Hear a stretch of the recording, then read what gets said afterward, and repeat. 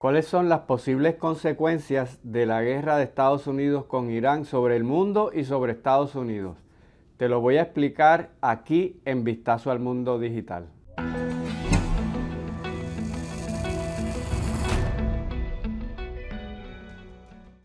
¿Cuáles son las posibles consecuencias a corto y a largo plazo de la guerra de Estados Unidos e Israel con Irán, tanto en el mundo como en Estados Unidos?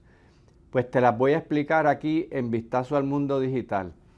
Pero primero, si te gusta el contenido de este programa y de este canal, te invito a que le des like y a que te suscribas al canal de Dura Streaming para que sigas recibiendo este contenido tan interesante.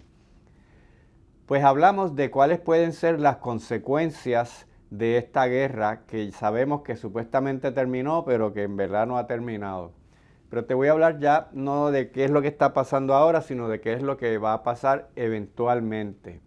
Pues una de las consecuencias de esta guerra va a ser el debilitamiento militar de Irán. No cabe duda que Irán no está en la misma posición que estaba antes. No le creas al liderato iraní cuando dicen que ellos están fuertes, que pueden aguantar. Irán está destruido. Estados Unidos destruyó más de 2.000 objetivos en el país. Tiró más de 13.000 bombas en total. Eso destruye cualquier país y no son cualquiera bombas. Así que a corto plazo, Irán definitivamente ha sufrido una devastación enorme que no había sufrido nunca probablemente en miles de años. Ahora, eso es ahora mismo, a corto plazo. Pero eventualmente se van a recuperar porque el gobierno que estaba antes de la guerra todavía está allí. La misma ideología sigue estando allí, la misma visión de mundo, su concepción de lo que el país representa para ellos y para el mundo entero sigue estando ahí. Y cuando empiecen a descongelarse esos fondos que les tienen aguantados, que son billones de dólares, ellos van a empezar a recuperarse. Además, cuando empiecen otra vez a vender el petróleo en el mercado internacional, si es que finalmente se da eso, pues van a tener recursos para comenzar a reconstruir. Pero eso va a tomar tiempo. Pero tiempo es lo más que tienen, porque hay que acordarse que Estados Unidos tiene 250 años de historia. América, en general, somos países bien jóvenes. Pero lo que es Oriente Medio, lo que es Asia, ellos ven el tiempo en cientos de años, si no en miles de años. Así que ellos no tienen prisa. Irán se va a quedar ahí. Todos los países del Golfo se van a quedar ahí, no van para ningún lado. Y poco a poco, asegúrese que ellos van a empezar a reconstruirse. Así que esa es una de las primeras consecuencias. Otra consecuencia de esta guerra es a corto plazo, pues que el programa nuclear de Irán está detenido, ya sea civil o militar, por supuesto, por esa destrucción tan grande que han tenido. Pero también, tanto como el rearmamiento que van a tener eventualmente, irónicamente, esta guerra les ha dado incentivos para producir eso eventualmente. ¿Por qué digo eso?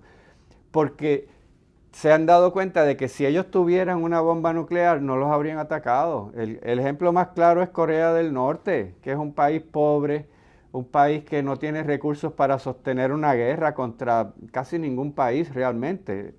Pero, ¿por qué nadie ataca a Corea del Norte a pesar de toda esa retórica que ellos se pasan diciendo que van a destruir a Japón, a Corea, a Estados Unidos? Acuérdate que ese señor Kim Jong-un habla como si él fuera el rey del mundo. ¿Por qué no hacen con Corea del Norte lo que han hecho con Irán o lo que hicieron con Irak o con Afganistán o con otros países? Porque tienen una bomba nuclear. No es que van a ganar la guerra nuclear, pero solo tienen que explotar una y la devastación que habría por eso sería extraordinaria y por eso es que no se atreven. Así que desde la perspectiva de Irán, irónicamente, el mensaje es, si tuviéramos la bomba, no nos habrían hecho esto. Y digo irónicamente porque esa fue quizás la razón principal para atacarlos, para evitar que la tuvieran. Pero a largo plazo lo que pueden haber provocado precisamente es darle más incentivos para que en otro momento, porque la historia cambia, en otro momento cuando la situación sea diferente, pues sí entiendan que lo necesitan porque para su supervivencia eso es imprescindible. Eso lo veremos, eso es una posibilidad. Otra posible consecuencia de esta guerra de Irán ha sido que se ha desarrollado un nuevo equilibrio de poder en Oriente Medio. Israel queda como una superpotencia en la región. Ahora mismo nadie en esa zona se atrevería a atacar a Israel. Y eso es un cambio grande, porque si recuerdas la historia, en la década del 50, del 60 y del 70, hubo guerras entre países árabes e Israel. Entre casi todos los vecinos de Israel, en algún momento Israel ha tenido guerras con ellos. Ahora mismo Israel queda como un enemigo potencial imposible de vencer y es muy poco probable que vuelva a pasar algo parecido como aquellas guerras árabes israelíes del pasado, porque las consecuencias van a ser devastadoras para los países que se atrevan a atacar a Israel.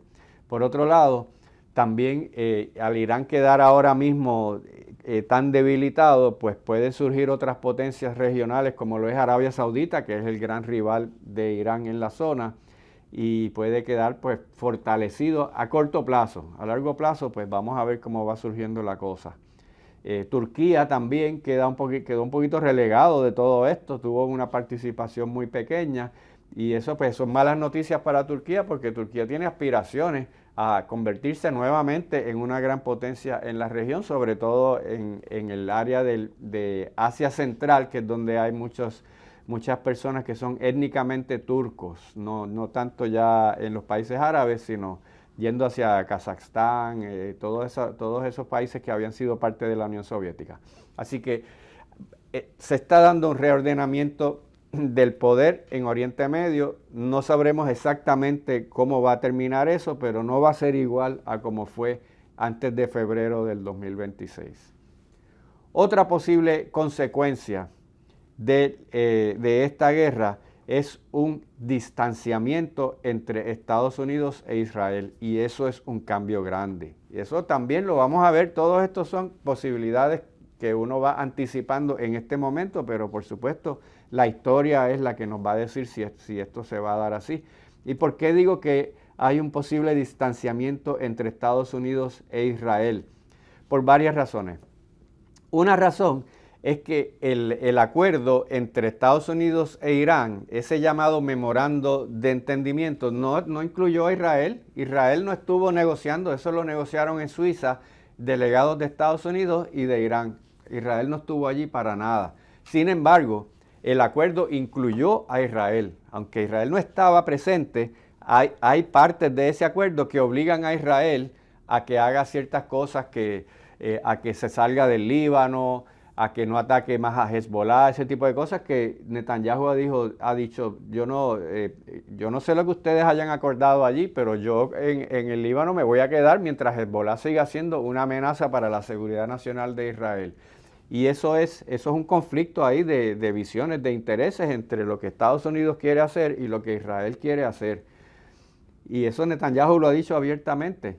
Pero además de eso, también Netanyahu dijo que no quiere depender más de las armas de Estados Unidos, que Israel tiene que desarrollar su propia industria armamentista. Ya tiene una industria importante, pero quieren desarrollarla todavía más para no depender de las armas de Estados Unidos, porque esa es la gran ficha que tiene Estados Unidos para presionar a Israel, para tener una política exterior que sea conveniente para Estados Unidos. Y Netanyahu dijo tranquilamente y abiertamente que eso no puede continuar así, que ellos tienen que tener una política exterior independiente y que Estados Unidos no debe tener más influencia, y esa influencia viene por las armas que le venden y que le da Estados Unidos a Israel. Y ya hemos visto declaraciones de J.D. Vance, el vicepresidente, congresistas estadounidenses, que han dicho que Estados Unidos no puede tener una política exterior dirigida por Israel. Así que hay varias cosas aquí que han demostrado que en esta guerra ha creado unas fricciones que no se veían, nunca se habían visto entre Estados Unidos e Israel. Eso puede resolverse, es muy posible, pero también puede crear un precedente que obligue a ambos gobiernos a verse de una forma bien diferente a como habían sido antes. Y siguiendo esa misma línea de pensamiento de lo que está pasando en la región, podemos hablar de otra posible consecuencia, ya no para Israel, sino para Irán y sus aliados. Y es que en este proceso se ha dado un debilitamiento del llamado eje de la resistencia. ¿Qué es eso del eje de la resistencia? Pues Irán y los aliados que tiene en la zona, específicamente Irán, Hezbollah en el Líbano, Hamas en Gaza y los Hutis en Yemen.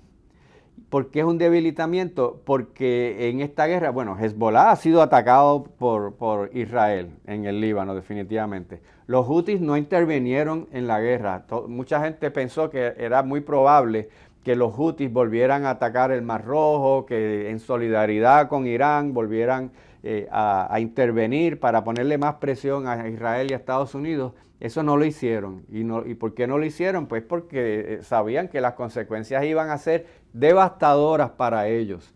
Así que en este proceso, la política exterior de Irán, su influencia sobre la región, definitivamente ha sido debilitada. Y eso pues es una buena noticia para Israel y es una buena noticia para Estados Unidos, no tan buena para los aliados de Irán y por supuesto nefasta para el propio Irán, porque esa es la manera en que Irán ejerce algún tipo de influencia sobre la región y eso se ha debilitado mucho. Esa es una consecuencia que ya se ha dado, eso no estamos anticipando que pasará, eso se está dando ya. Otra posible consecuencia de la guerra de Estados Unidos e Israel con Irán es una carrera armamentista en la zona del Golfo Pérsico. Y eso sí que es preocupante a largo plazo, porque ahora mismo el Medio Oriente y el Golfo Pérsico no están más estables de los que estaban antes, al contrario, están más inestables. Eso siempre ha sido un polvorín, pero ahora más todavía. Y el hecho de que se haya dado esta guerra ha provocado varias cosas. Una de las cosas es que los países del Golfo, que son aliados de Estados Unidos, donde hay bases de Estados Unidos, están viendo que, y lo digo, no lo digo yo, lo han dicho ellos mismos, están sintiendo que Estados Unidos no los defendió, que Estados Unidos estaba atacando a Irán, Israel también, y entonces ellos estaban cogiendo los misiles de Irán. Irán atacó a Kuwait, atacó a Arabia Saudita, a Bahrein, a Qatar, a todos los países de esa zona que también pagaron el precio del cierre del estrecho de Hormuz porque era su petróleo, su gas, sus fertilizantes, sus productos los que se quedaron ahí atrapados en el estrecho de Hormuz y no pudieron salir. Ellos han perdido billones de dólares, si no más, en toda esta guerra.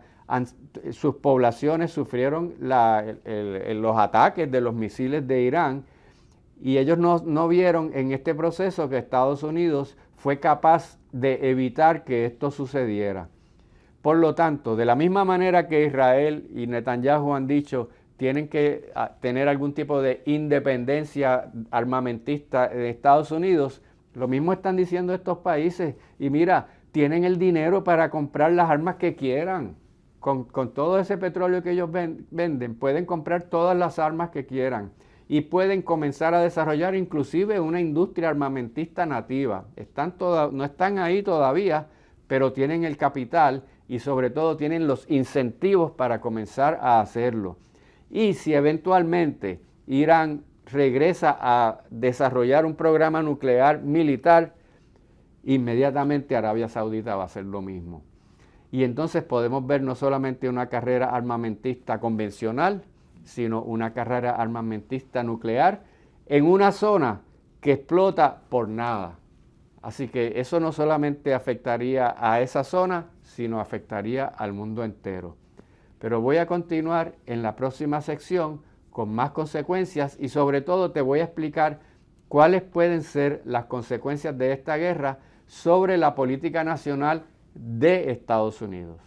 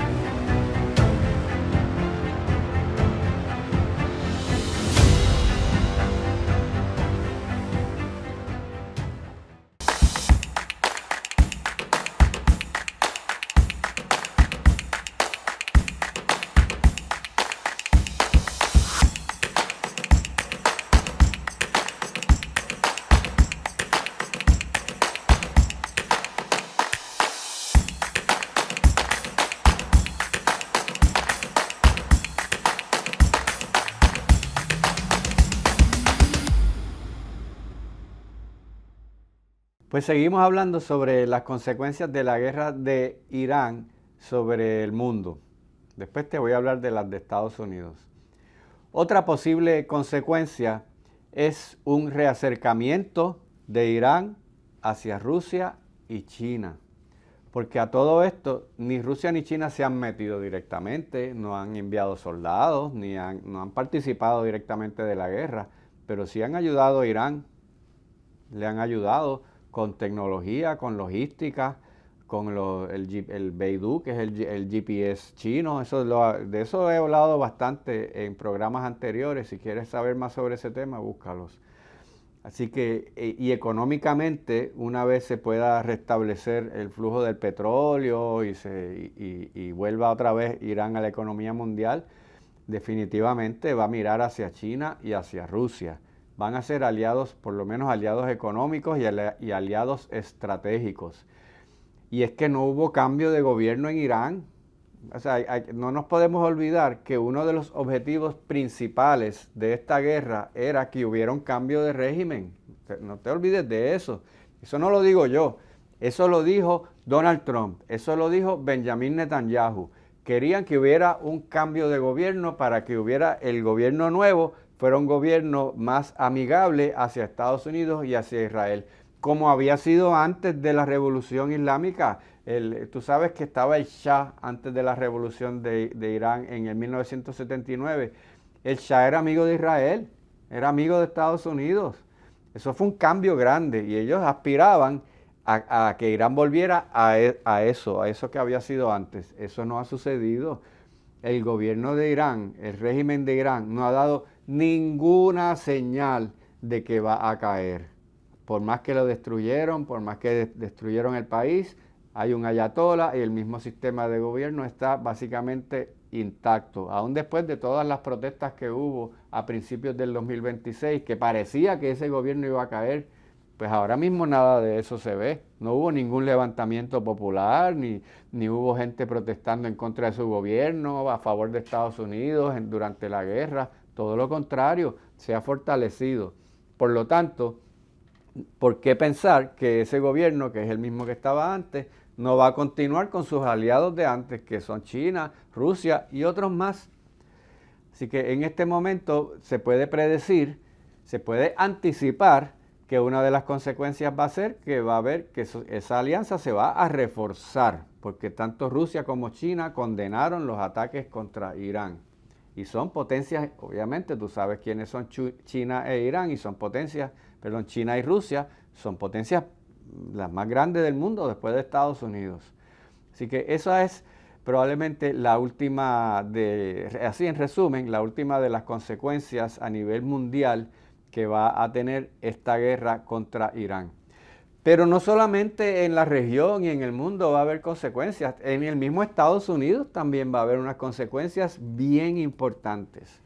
Quizá la primera consecuencia que tal vez fue inesperada fue que ha habido un fraccionamiento de ambos partidos políticos sobre el tema de Israel y sobre el tema de Irán. Es más notable el fraccionamiento dentro del Partido Republicano, porque ese es el partido de gobierno, es el partido que Trump controla o controlaba férreamente antes de esto, que ha conseguido que pierdan candidatos que los reten. Cualquier persona dentro del Partido Republicano que no siga exactamente las directrices de Donald Trump barre el piso con ellos, les pone un candidato opositor en primarias republicanas para tener gente allí que lo sigan.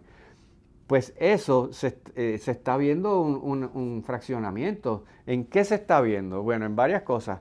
Una, la Cámara de Representantes y el Senado, controladas por mayorías republicanas, aprobaron una resolución para la resolución de los poderes de guerra para exigirle al presidente, a Donald Trump, que si él iba a reanudar la guerra contra Irán, tenía que pedirle permiso al Congreso. Y eso enfureció a Donald Trump, porque Trump ha dicho todo el tiempo que él no tiene que pedirle permiso al Congreso, que él es el responsable de la seguridad nacional y él es el comandante en jefe de las Fuerzas Armadas y que es su responsabilidad y el Congreso no tiene por qué estar interviniendo. Lo que tiene que hacer el Congreso, según él, es darle el dinero para él poder hacer eso. Y el hecho de que varios republicanos se hayan ido con el lado demócrata, porque nadie sorprende que los demócratas estén en contra de Trump, obviamente, pero que haya habido republicanos en la Cámara de Representantes y en el Senado que hayan prestado su voto para una resolución que abiertamente está en contra de Trump, eso es significativo. Además también se aprobó, la Cámara y el Senado aprobaron una ley que Donald Trump no va a firmar, una ley para abordar el tema de la vivienda, de la falta de acceso a la vivienda. Es una ley que le pone unas restricciones a estas mega empresas grandes que compran miles de propiedades y después las venden a precios inflados, que están haciendo bien difícil que las personas de clase media puedan comprar sus casas porque están demasiado caras. Y el Senado y la Cámara aprobaron una ley para ponerle límites a eso. Y Donald Trump ha dicho que él no va a firmar eso y que él no lo va a firmar porque ellos no han aprobado lo que él llama el Save America Act, rescata a América, que es la ley para cambiar las reglas de juego en las elecciones, para, por ejemplo, exigirle a las personas que muestren pasaporte para tener una tarjeta electoral.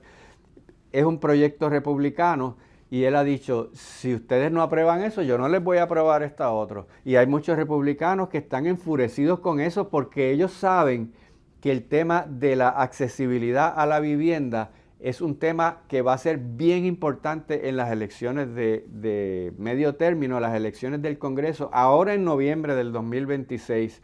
Y ellos saben que si ellos no pueden ir a donde sus electores a decirles que están haciendo algo para mejorar eso, los demócratas van a explotar ese tema, le van a sacar todo el provecho, como hizo Mamdani en Nueva York. Ese fue uno de los temas principales que Mamdani utilizó en Nueva York para ganar para ser alcalde, para ganar la alcaldía de Nueva York.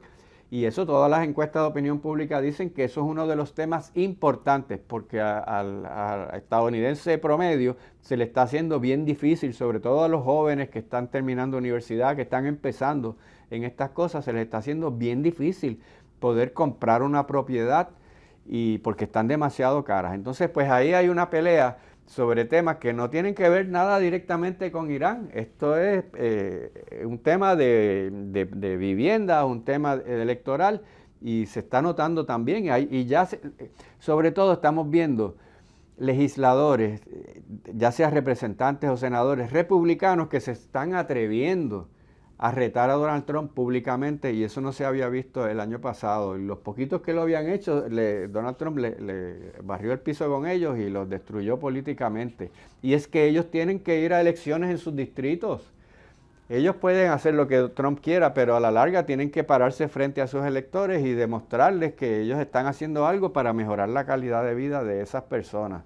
Y eso ahora mismo está teniendo un efecto bien negativo sobre ellos y está teniendo también un efecto de desunir ese partido republicano que Donald Trump ha conseguido amarrar alrededor de él.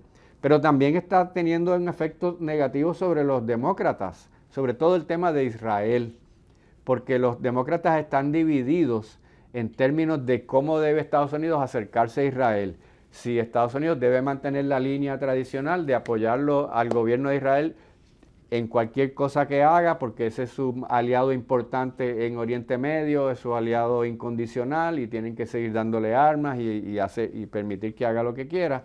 Pero hay otros demócratas, una cantidad importante de liderato y de electores que no están de acuerdo con lo que pasó entre Israel y Gaza, que no están de acuerdo con los bombardeos en el Líbano y que piensan que toda esta guerra de Irán se produjo debido a que Israel llevó a Donald Trump a atacar a Irán. De hecho, hay republicanos que también lo han dicho. Así que el tema de la guerra, el tema de Israel, está teniendo un efecto divisorio sobre ambos partidos. Y sobre todo también porque ellos son políticos. Ellos ven las encuestas de opinión pública Todas las encuestas desde el principio han dicho que el público estadounidense no está de acuerdo con esta guerra. Tú puedes pensar que la guerra era necesaria, que Donald Trump tenía razón. Claro que sí, mucha gente piensa eso, pero las encuestas están ahí, esa es la evidencia empírica. La mayoría de los estadounidenses, incluidos republicanos, no están de acuerdo con esa guerra y sobre todo están bien descontentos con los efectos económicos que esa guerra ha tenido sobre ellos. Y esa es una parte importante, ¿verdad? El tema de la economía. Ahora mismo la inflación en Estados Unidos está en su punto más alto de los últimos 3 años. Eso es antes de que Donald Trump fuera presidente, cuando todavía Joe Biden era presidente. El precio de la gasolina, tú lo sabes, está altísimo, eso no ha bajado. Y entonces la gran ironía es que esa fue uno de los temas más importantes durante la campaña presidencial de Donald Trump. Él dijo, ¿no te acuerdas aquella imagen que él decía que ya no se podían comprar ni una docena de huevos, que estaba demasiado caro? De eso salieron hasta montones de memes sobre ese tema. Él insistió en la campaña que los demócratas habían hecho la vida más cara para los americanos y que él la iba a mejorar. Pues no está pasando. Ahora mismo, sobre todo durante esta guerra, ha pasado todo lo contrario. Y la economía es el tema más importante en las elecciones, ya sea del Congreso o ya sea de elecciones presidenciales. Y te voy a decir más sobre este tema de la economía. Toma mucho tiempo, si la economía empieza a recuperarse, toma mucho tiempo en lo que eso se traduce en favor político. El estándar es 5 meses. Es decir, si la economía, y ya estamos a 5 meses de las elecciones congresionales. Déjame ponerte este caso hipotético. Si 2 semanas, 3 semanas antes de las elecciones de noviembre, de momento la inflación cae al punto más bajo de la historia, la gasolina baja a mitad de precio de lo que está ahora, eso no va a tener mucho efecto sobre los electores, es muy tarde. Tiene que ir pasando antes. Así que en ese sentido, Donald Trump tiene una presión muy fuerte de que tiene que hacer algo para que esa economía se desinfle y empiece a mejorar el poder adquisitivo de los estadounidenses, porque le puede subir el sueldo, pero si las cosas siguen aumentando de precio, eso neutraliza esa subida de sueldo y es lo mismo a que te bajaran el sueldo. Y los congresistas republicanos están bien conscientes de eso. Esa es la razón principal por la que están todas las encuestas diciendo que ellos pueden perder las elecciones. El otro tema también, obviamente, es el tema de las guerras. Ese fue otro tema que Donald Trump insistió en su campaña política. Él hablaba de que los demócratas nos llevaban a esas guerras interminables, esas guerras que no tenían manera de finalizar, y entonces él mete a Estados Unidos en una guerra que desde el principio todo el mundo decía, pero ¿cuál es la salida de aquí? Porque se metió allí, pero Irán no se está rindiendo, Irán está destruido, pero como quiera tiene misiles para seguir haciendo daño. Entonces esa otra narrativa de que Estados Unidos, de que él iba a sacar a Estados Unidos, acuérdate que él dijo que lo iba a sacar de la guerra de Ucrania el primer día, todavía esa guerra de Ucrania sigue ahí. Él dijo que no iba a haber guerra en Oriente Medio, mira, empezó una. Y así que en la percepción del electorado estadounidense, eso es una decepción y mucha gente, muchos republicanos que votaron por Trump, se lo están pensando 2 veces ahora en votar sobre sus aliados en el Congreso. Y te voy a decir una cosa, no lo digo yo, las encuestas lo dicen. Si ves estos resultados de estas encuestas para noviembre del año pasado, había el color azul es el demócrata, el color rojo es republicano. En la Cámara de Representantes, en House of Representatives, en noviembre daban 58% de probabilidad de que los demócratas iban a tomar la Cámara. Ya en abril de este año, esa probabilidad ha subido a 80 y pico de %. En el Senado, que es más difícil que haya cambios, en noviembre los demócratas lo que tenían era 28% de probabilidad, ahora tienen ya 50% y eso sigue aumentando si este asunto no cambia. O sea que la Cámara y el Senado podrían ser demócratas y eso va a cambiar el resto de los 2 años de la presidencia de Donald Trump, porque asegúrate que van a empezar las investigaciones y no le van a aprobar nada y va a haber una guerra entre el Congreso y el presidente y va a ser bien diferente. Y finalmente, la última consecuencia posible es las elecciones presidenciales para el 2028. Estos son algunos de los posibles candidatos. Ahora mismo no se sabe, va a haber primarias, pero y probablemente aparecerán gente nueva que nadie se esperaba que fueran a ser. Pero esos temas van a ser bien importantes. El tema de la guerra de Irán va a ser un tema importante durante las primarias y durante la campaña presidencial del 2028. Y si Donald Trump no tiene un triunfo contundente en Irán, pues eso va a ser un tema que los demócratas van a tratar de explotar para alegar que ellos van a manejar el tema de política exterior y sobre todo el tema de Oriente Medio mucho mejor que lo que hicieron los republicanos. Así que como puedes ver, esta guerra no sabemos bien cómo va a terminar, pero podemos empezar a anticipar cuáles van a ser algunas de sus posibles consecuencias. Dura Streaming, un canal con una oferta variada de contenido hecho para ti. Transmisiones en vivo y programas digitales sobre temas de actualidad, política, economía, bienestar financiero, salud, seguridad y más. Todo para informarte, educarte y entretenerte. Desde un solo lugar. Dura Streaming por YouTube. Únete a la familia de Dura Streaming suscribiéndote a nuestro canal de YouTube y activando la campanita.